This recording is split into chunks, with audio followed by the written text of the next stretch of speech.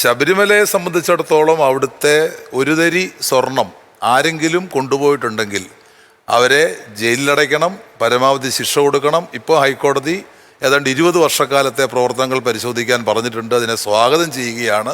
കാരണം ഇതിൽ കുറ്റക്കാരായിട്ടുള്ള മുഴുവൻ ആളുകളും അന്വേഷണ പരിധിക്കകത്ത് വരണം. SIT വളരെ കൃത്യമായിട്ട് തന്നെ അന്വേഷണം നടത്തുന്നുണ്ട്. ഹൈക്കോടതി തന്നെ അക്കാര്യം നിരീക്ഷിക്കുന്നുണ്ട്. തീർച്ചയായിട്ടും അവസാനത്തെ ആൾ വരെയും അതിന് മുഖം നോക്കുന്ന പ്രശ്നമില്ല, രാഷ്ട്രീയം നോക്കുന്ന പ്രശ്നമില്ല, സ്ഥാനമാനങ്ങൾ നോക്കുന്ന പ്രശ്നമില്ല. ആരാണോ കുറ്റം ചെയ്തത് അവർ ജയിലിൽ ഒരു രാഷ്ട്രീയം നോക്കാൻ പാടില്ല എന്നുള്ള അഭിപ്രായക്കാരനാണ് ഞാൻ. ആരാണെങ്കിലും ഇപ്പൊ യഥാർത്ഥത്തിൽ ഈ പോപ്പുലറായിട്ട് കേൾക്കുന്ന ഗീതം ഉണ്ടല്ലോ, സ്വർണം കെട്ടത് ആരപ്പ, ആ ചോദ്യത്തിന് എന്നായിരിക്കും ഇനി മറുപടി കിട്ടുക? താങ്കളുടെ ഒരു പ്രതീക്ഷ അതിന് മുമ്പുണ്ട്.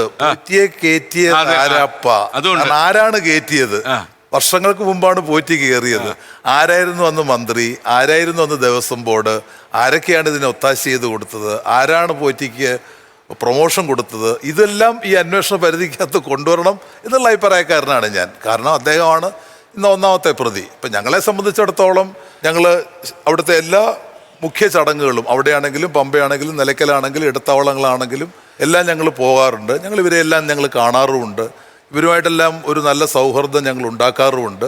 പക്ഷേ അത് വ്യക്തിപരമായ കാര്യമാണ്. പക്ഷെ അതിനപ്പുറം ഈ കൊള്ള സംഘത്തെ നമുക്ക് പിടിക്കണം.